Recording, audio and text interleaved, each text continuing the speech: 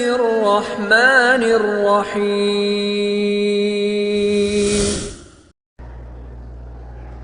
کہتا جی کہ میرا نام ریاض ہے، میں ہندوستان سے آیا ہوں، میرا بیٹا ظہور اس کا نام ہے، وہ بیمار ہے، اللہ پاک اس کو شفا عطا فرمائیں۔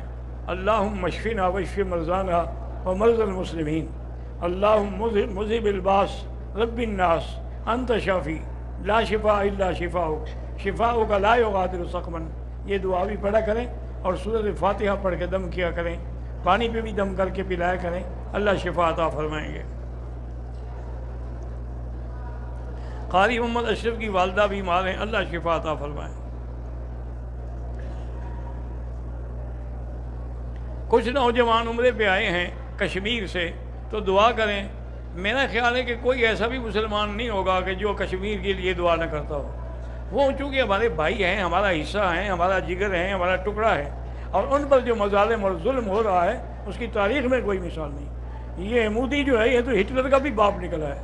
اتنا ظلم ہو رہا ہے کہ مسلمانوں کو گولیاں، آنکھوں میں گولیاں ماری جا رہی ہیں، اور لڑکیوں کی بے حرمتی ہوتی ہے۔ ایک ایک بچی کے ساتھ کئی فوجی ان کے زنا کرتے ہیں، پھر وہ جب مر جاتی ہے تو اس کو پھینک دیتے ہیں۔ اللہ تبارک و تعالی مسلمانوں کو ان کے مظالم سے نجات عطا فرمائے، اور جو ظلم کر رہے ہیں ان پر اپنا قہر نازل فرمائے۔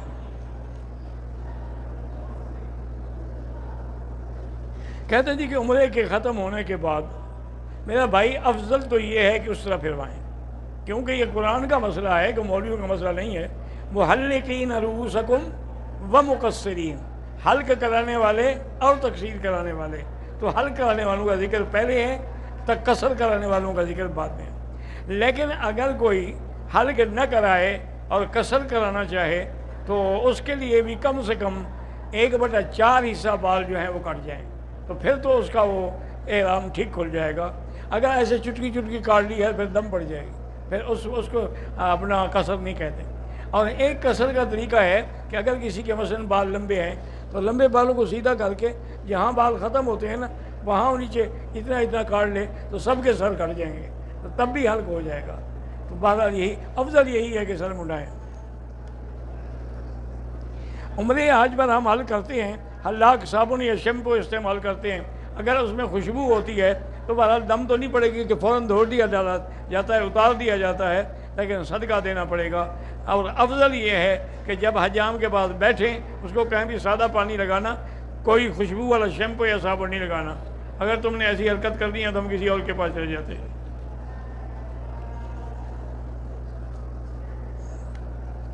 نفلی طواف جو ہے میرا بھائی، یہ تو اتنی بڑی عبادت ہے کہ اللہ نے جس کا حکم قرآن میں دیا ہے کہ وَلْيَطَّوَّفُوا بِالْبَيْتِ الْعَتِيقِ، اور اسی طرح قرآن پاک میں آتا ہے کہ جب ہم نے حضرت ابراہیم علیہ السلام کو حکم دیا کہ اللہ کا میرا گھر بنائیں، تو اس کی وجہ کیا تھی کہ اللہ شریک وَطَهِّرْ بِهِ طَهِّرْ لِلطَّائِفِينَ وَالْقَائِمِينَ، تو طواف کرنے والوں کا ذکر پہلے ہے، نماز والوں کا ذکر بعد میں ہے۔ تو اس لیے طواف بہت بڑی فضیلت ہے، حتیٰ کہ علماء نے لکھا ہے کہ آج کل مسجد عمرہ سے، مسجد عائشہ سے عمرہ کرو سے افضل زیادہ یہ ہے کہ طواف کیا جائے، کیونکہ جتنی دیر آپ عمرے کے لیے جائیں گے اتنی دیر اگر آپ طواف میں رہیں گے تو آپ کعبے کے پاس رہیں گے۔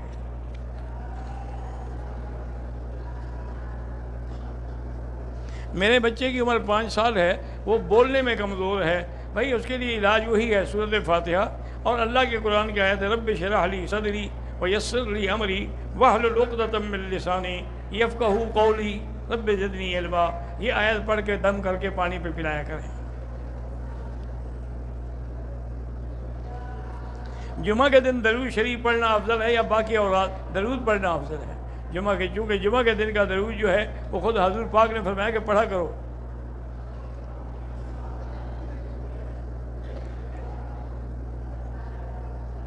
کہتے ہیں جی کہ فرقے اتنے ہو گئے ہیں کہ اب ہم ایک آدمی کے لیے صحیح اور غلط کی پہچان کیسے ہو؟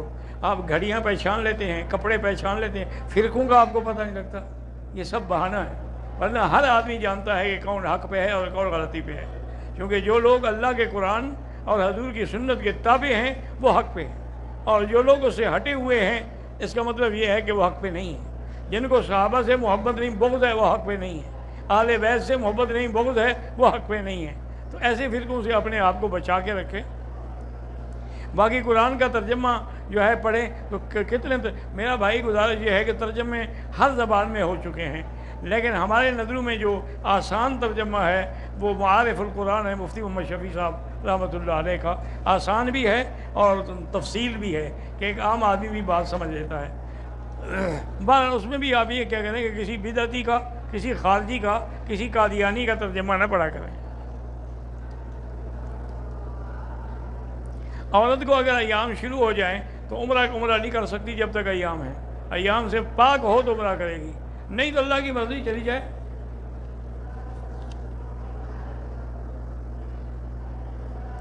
حرم کے حدود جو ہیں ہر جگہ پر باقاعدہ حکومت نے پتھر لگائے ہوئے ہیں کہ حدود حرم یہ ابتداء حرم ہے، یہ انتہاء حرم ہے۔ باقی عمرے کے لیے مسجد عائشہ اس لیے ہے کہ وہ حرم کے باہر ہے اور قریب ہے۔ اسی طرح جیرانہ کا علاقہ جو ہے وہ بھی حرم کی حد کے قریب ہے، وہاں سے بھی حضور پاک نے عمرہ کیا ہے۔ بہرحال حد حرم کے باہر سے احرام باندھ سکتے ہیں۔ نماز 1 لاکھ تب ہوگی جب آپ حدود حرم میں پڑھیں گے۔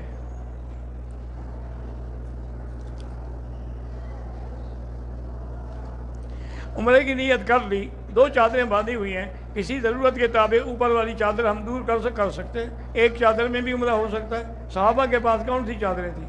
وہ تو بیچارے ایک ہی چادر میں کرتے تھے۔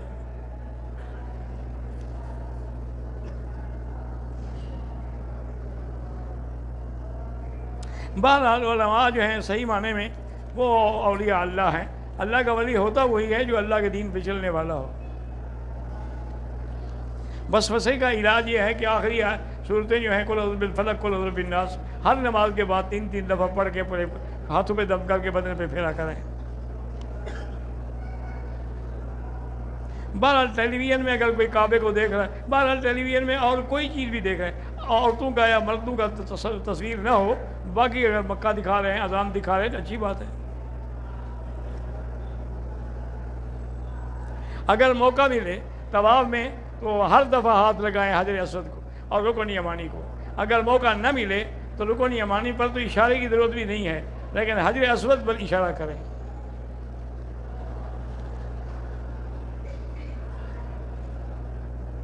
میں وزٹ ویزے پہ آیا ہوں، عمرہ منع تھا، اس لیے ایئرپورٹ سے بغیر احرام کے آگے آپ کو دم نہیں دینی پڑے گی، کیونکہ آپ کے لیے منع تھا، آپ نے آمدن تو نہیں چھوڑا نا، لیکن اب عمرہ کر لیں۔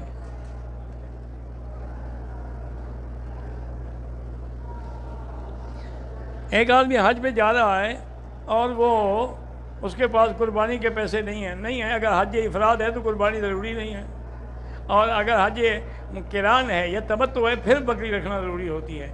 نہ رکھ سکے 10 روزے رکھ لے، 3 روزے ابھی رکھ لے، 7 ایام جو ہے وہ بعد میں، تلک عشرۃ کاملہ۔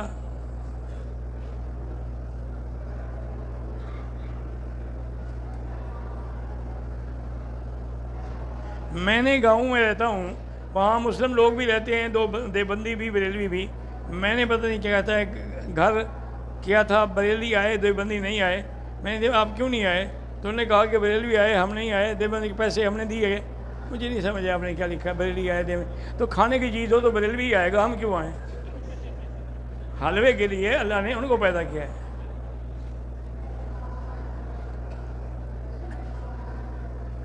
میرے 2 رکعت واجب طواف کے دوسرے دن پتہ چلا تو اب 2 رکعت پڑھ لیں، کوئی حرج نہیں، چاہے کئی دن بھی گزر جائے۔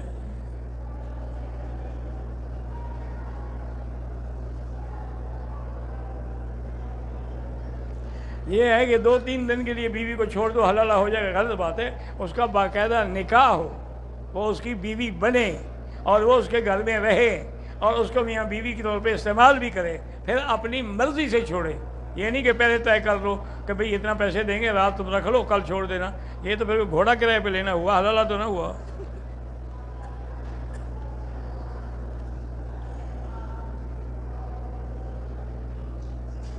بہرحال حضرت علی حیدری یا اپنے حضرت شیر جھنگوی صاحب، یہ تمام حضرات ہمارے تعلق تھا، دوست تھے، اللہ ان کی قبروں پہ کروڑوں رحمتیں کرے۔ وہ صحابہ کے نام پہ قربانیاں دے گئے۔ اگر میری بیوی واپس آئی مدینے سے، عمرہ نہیں کر سکی کہ اس کو ایام تھے، کوئی حرج نہیں، اگر نیت نہیں کی تو کوئی جرمانہ نہیں، جب پاک ہو جائے عمرہ کر لے۔ میری والدہ کی شوگر کی وجہ سے بینائی ختم ہو گئی، اللہ شفا کاملہ عطا فرمائے۔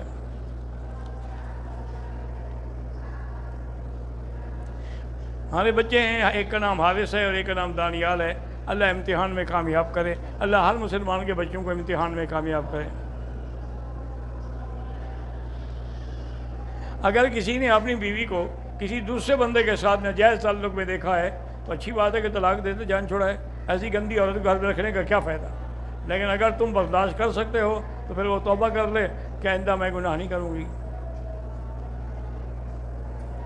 ہم لوگ حاجیوں کی خدمت کے لیے آئے ہیں، ہمارا حج بھی ہو جائے گا، نیت کریں گے، احرام باندھیں گے، عرفات جائیں گے تو آپ کا بھی ہو جائے گا۔ دادا میرے وفات پا گئے، ان کے لیے عمرہ کروں یا تو جو مرضی ہے کرو، عمرہ کرو، طواف کرو، حج کرو۔ میں نے غصے کی حالت میں اپنی بیوی کو 3 طلاقیں دی ہیں، میرا بھائی وہ 3 ہی ہو گئیں۔ جب بھی آدمی طلاق دیتا ہے تو غصے میں دیتا ہے، پیار میں بھی کبھی طلاق دی ہے کہ آج مجھے آپ پر میرے پیار، دل ٹوٹ کے پیار آ رہا ہے، طلاق کا ہدیہ قبول کرو، یہ کبھی کہتا ہے؟ جب بھی دے گا غصے میں دے گا۔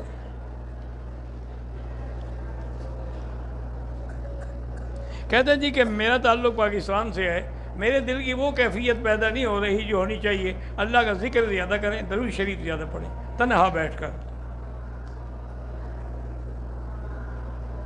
حضور کا جب نام آتا ہے تو حضرت ابو بکر انگوٹھے چوما کرتے تھے، بالکل غلط بات ہے۔ اگر حضرت ابو بکر انگوٹھے چومتے تو سارے صحابہ نہ دیکھتے؟ آپ نے 1400 سال کے بعد دیکھ لیا ہے، صحابہ نے نہیں دیکھا، یہ بالکل غلط بات ہے۔ نہیں، ویسے بھی آدمی کو عقل کریں، انگوٹھے آپ چوم رہے ہیں، انگوٹھے تو اپنے چوم رہے ہیں تو احسان حضور پہ کر رہے ہیں، یا تو حضور کے انگوٹھے چومو۔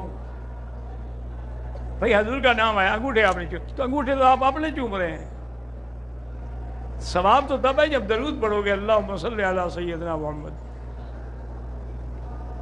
اگر دوسرے عمرے کے بعد سر پہ مشین پھیریں، بال ہوں گے تو مشین پھیرو گے نا، بال نہ ہوں تو پھر اس طرح پھروائیں۔ اگر طواف کا ایک چکر رہ گیا تھا پورا کر لیں بعد میں۔